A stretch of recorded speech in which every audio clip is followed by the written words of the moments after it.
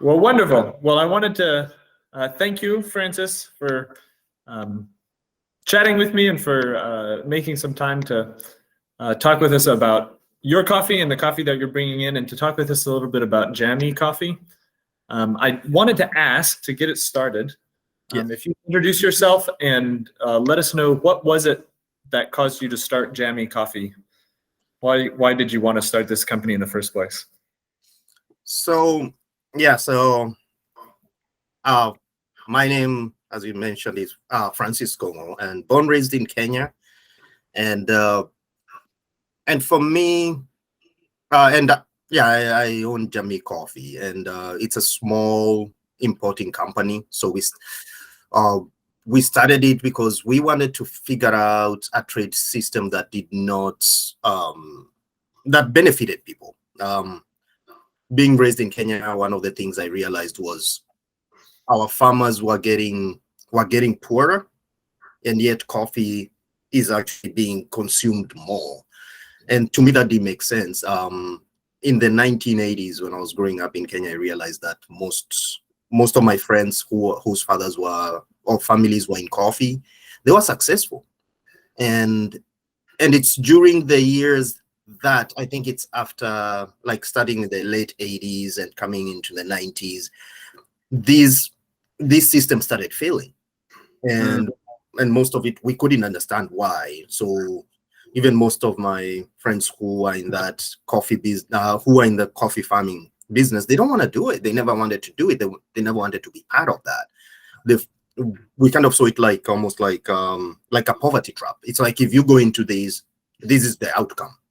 And so I come here I landed here in the US in 2007, and I had a very good plan, and my plan was very simple: fly, come here, train as a pilot, get back on the airplane, go back to Kenya, and fly in Kenya, and after that, go to my goal actually was to go to the Middle East and fly there. Qatar was coming up, and Etihad and other big airlines were coming up out of the Middle East. But when I came here, I realized that people love coffee. And I was like, how is it that people love coffee here and the farmers are poor at home? So to me, that was something that really, really bothered me, and I wanted to figure it out. So I taught myself the whole system. So from the beginning to the end, I didn't have anybody to teach me. So the beginning of Jamii Coffee was actually going to coffee cuppings here in Portland, trying to understand, what do people look for? What is the market looking for? And what is it that we can be able to bring? And that's when I started hearing about, I asked people about Kenyan coffee because I was so proud about it. And then I could not even find that taste. There's a taste of Kenyan coffee that's very unique. I couldn't find it. And then I asked people, why don't you have Kenyan coffee on your menu? And one of the things I could hear constantly was relationships. We could not find direct relationships. We could not find, the quality was also iffy. Like, today you get a high quality coffee, next time you get a low quality coffee. And that bothered me quite a bit. So we started teaching ourselves how to do this. So we started like reading books and importing, and that's how importing came to us. So, and then connected with my team in Kenya, and we started importing coffee. So for us was just trying to clear a disconnect between the market and the people, and also connect these two communities and bring a system that has mutual benefit to both. Yeah. And what is, as you've been building Jamii Coffee, what are some of the things you feel you're doing differently that's meeting some of these market needs that you noticed? So one of the things that I found was different was we could be able to connect coffee farmers directly with the people. And because the Kenyan coffee trade is very complex, it's super complex and almost opaque. And for us, even when we started, we were actually confused by the whole system. And we and I remember that was the time that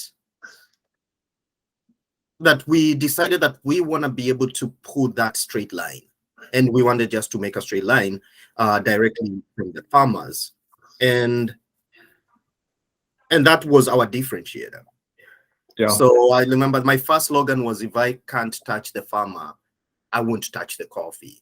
So if I could not connect directly with the farmer, I never wanted to connect that coffee to anybody. And I had that slogan in my head for a very, very long time, and it kept driving me to be able to create a direct trade system. I must say it has its own challenges. We had a lot of challenges in there. And some of the challenges were, there is the perception of what the farmer wants, and then there's the market. And these two things were not talking to each other. And the farmer expects something, and the market expects a different thing. The other thing that we found that I did that was very different was, after I found those challenges, I was like, what is the real price of coffee? Like, what is it? What is the cost? What is the cost of coffee production? And that's something we started digging into. It took me almost like 3 years, because I had to find somebody who was also open, because you need somebody who is open. You need somebody who can open their door for you and be able to allow us to be able to look at coffee from flowering all the way to the end. What are the expenses? So we did the cost of production. And after we did the cost of production, we looked at it, and then after that, we're like, okay, here's the number. Now we have the number. So what do we do with this number? The other thing that we looked at was, how long does it take for the coffee to arrive here? So like the farmer only has a season. There's a main season in Kenya, and then there's a fly season. The fly season is very small. So the farmer only makes his living on one season. The other season is more like just a little bit of money. So we multiplied that number by 150%. So we took the cost of production, multiplied it by 150%, and we came up with a number. What surprised even the farmer was that number was not what they expected. Yeah, it was also a different number. And we're like, if you get this, then you can be able to live life. You can be able to enjoy life, and you can be able to make a life out of this. But if you get less than this, then you'll never make it. And what we did is that we also realized that the farmer has always been paid less than that number. Wow. When the season is bad, like when there's seasons where the pricing is high because there's the demand and supply, but for 7 years the farmer gets paid below that number. Wow. And for 1 or 2 years, it's like being given adrenaline for a few, and then for 2 years they get that number or higher.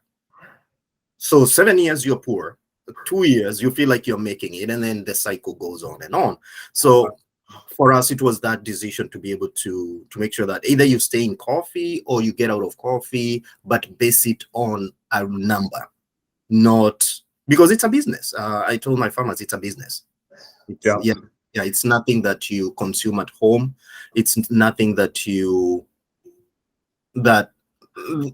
local production. It's on some, because Kenya only consumes 3%, so 90% of it goes out. 97% goes out.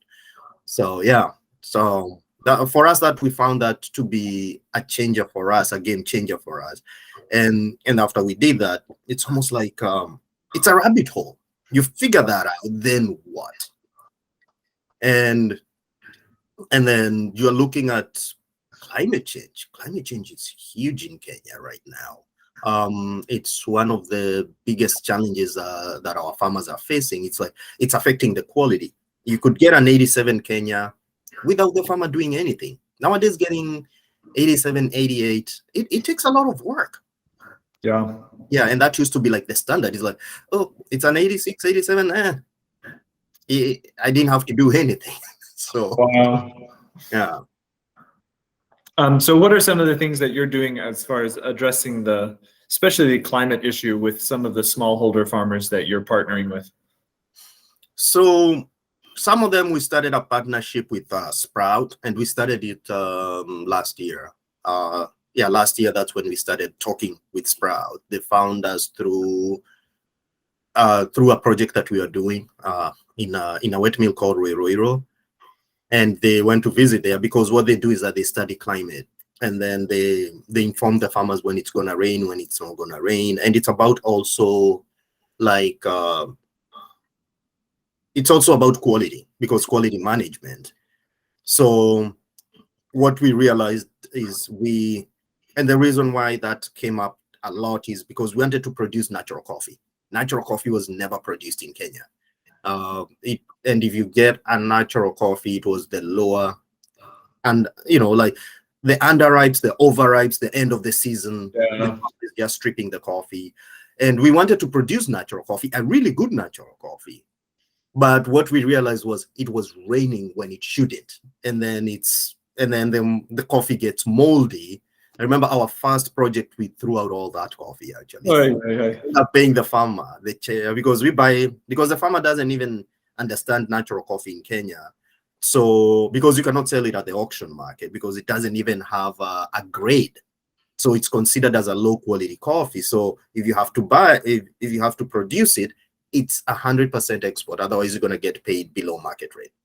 Yeah. So we did it, and the first time we paid the farmer, and I remember we did 40 bags, and we threw it out because it got moldy. That's a problem. It rained. We didn't know what we were doing. It was R&D, so it rained, and we threw it out, and then we started now figuring out how to do it.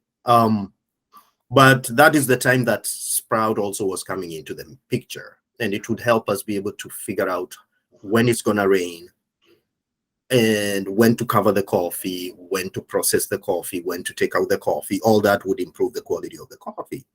But not only that, we also realized that with this system, the farmer, when they need to be able to put fertilizer or to be able to do anything to mitigate like other pests and issues, they needed to know that when it's going to rain, and the farmer, the climate is changing, so they would like probably like mitigate, use processes to mitigate pests, and then it rains that night.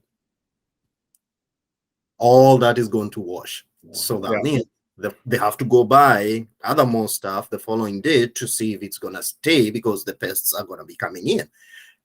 So, and to us, that's what we are able to do. And Sprout has a plan for it.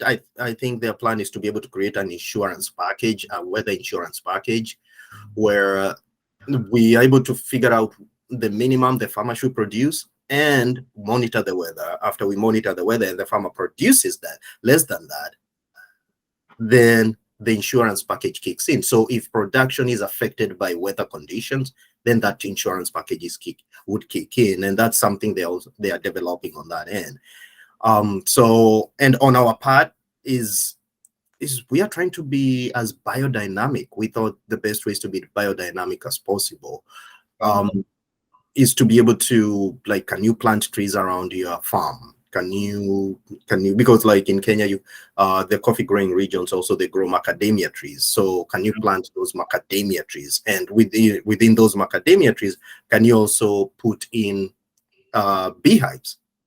Yeah. So that you also have honey. So it creates this ecosystem that also not only like helps with carbon issues, but also helps the farmer also have like almost 3 streams of income, which is, I think it's we thought it's a good work plan, and I think it's gonna work. The results are gonna be there maybe 2 or 3 years from now, because it's a work in progress. Yeah, no, that's very exciting. That's very exciting. What do you see as the end goal, as far as like the sorts of relationships with smallholders you would want, the sorts of operations you would want at Jamii Coffee? What do you see the company being in 10 years that you're sort of striving towards? I thought about this the other day, which is interesting. I I realized I always brainstorm like how can we actually improve lives, the quality of life. And when I say about the quality of life is not only for the farmer, because most of the time when we think about the quality of life, we think about the quality of life for the farmer. But we also want to improve the quality of life here. And that is you guys as roasters, you can be able to get your coffee at a good price. Your consumers can also get a really good coffee. So we start eliminating bad coffee.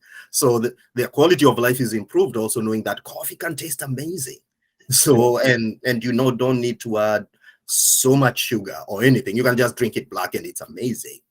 So, but how do we connect these two communities? How do we bring together these two communities? And that's something that has always been like in the forefront of what I think.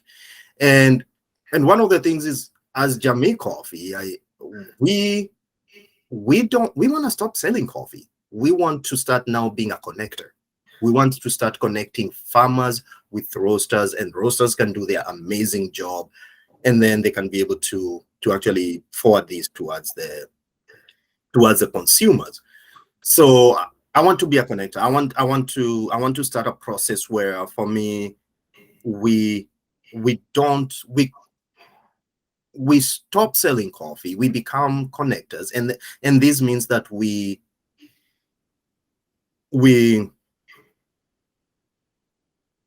give power to the farmer. Yeah, to me, I want to give that power to the farmer. I want to create a system where the ownership of this belongs to the farmers themselves. Yeah. But since the farmers cannot be at the market, we become that party that does that here. Yeah. And then grow it to be on that perspective. And actually, yeah, and then influence lives on that perspective. And I'm hoping that we're gonna start it soon. I want to start it maybe next year. That's when we're gonna start this process with a pilot project for sure. Because the problem, I think, with the supply chain is, with the coffee supply chain, which we are trying to fix, is the people who grow the product have no say in it. So we want to give them that say, and that's the thing. We give them ownership. If we can be able to give them ownership, then we can be able to eliminate the complexities, the opaqueness, and everything in there. So yeah, that's quite amazing. That's quite amazing.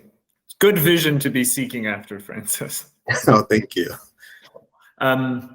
And lastly, is there anything just in general that you would want Firelight coffee drinkers to know, especially as we look forward to launching your coffee here, making it available to folks? Is there anything you would want coffee drinkers here in America to know? So the coffee that you guys have, the Igegania, I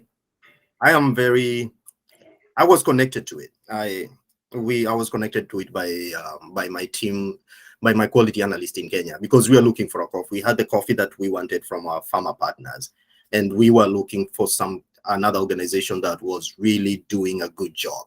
And Igegania, actually, which means wonders in my native language, was built it came out after the independence of Kenya in 1963. And the farmers who built it actually built it on a volunteer program. So they volunteered themselves to build it. And they were very proud for that, because they wanted to actually be able to gain the economic benefits of coffee. Because before that, coffee was so much controlled by the colonial government that Africans never had a chance. The Kenyan Africans never had a chance to be able to benefit from its trade. So to them, they were like, okay, this is our future. This is where our kids are going to benefit from. And we're going to build this so that our kids and the generations would benefit from it. Unfortunately, it was I think in the 1990s, that cooperative died for various reasons. Political, also the world was changing back then. And so the cooperative itself died, and it was revived in 2016. So the same time we were thinking about all these, to them, they were reviving it. And they were like, we can do it again. And there's a lot of youth in that. That is what actually inspired me with that. Wetmill there was a lot of youth in them. So I kind of felt like, okay, I have not known about you before, but man, I believe in this and I want to be able to support you. And we bought everything that they had. So I committed to buy every coffee that they had. It was interesting that they were told to go into the auction, and they went to the auction 3 times, and the price that we offered was the best price they could get anywhere. So wow. So it felt really good. Actually, I received the call from the manager himself and saying, thank you so much for making our farmers earn at least a good revenue from this. So it's very special in terms of the revival of Kenyan coffee. It's an amazing coffee itself when you drink it. So whenever I sample roast it and drink it at home, and I'm like, man, I'm so proud of this coffee myself. It's like, who imported this coffee? Because this guy is amazing. So yeah, so it's a coffee with a lot of rich heritage, and it's not just about the coffee. It's about the inspiration to be able to say, we're gonna start again. We're gonna start this again because we believe in it, and we're not gonna let that vision that led to the founding of it to be able to die. So I respect that community for doing that. So that coffee, it's special on that perspective for me, and yeah, and it's amazing. So that's great. Thank you. No, thank you so much. Thanks for sharing for a little while. Thank you for spending a little bit of time talking about your journey and about the journey of Jamii Coffee, and for sharing this amazing coffee with us. We're so appreciative. Yeah, thank you. Thank you for having me. I really appreciate it, Tim. Of course.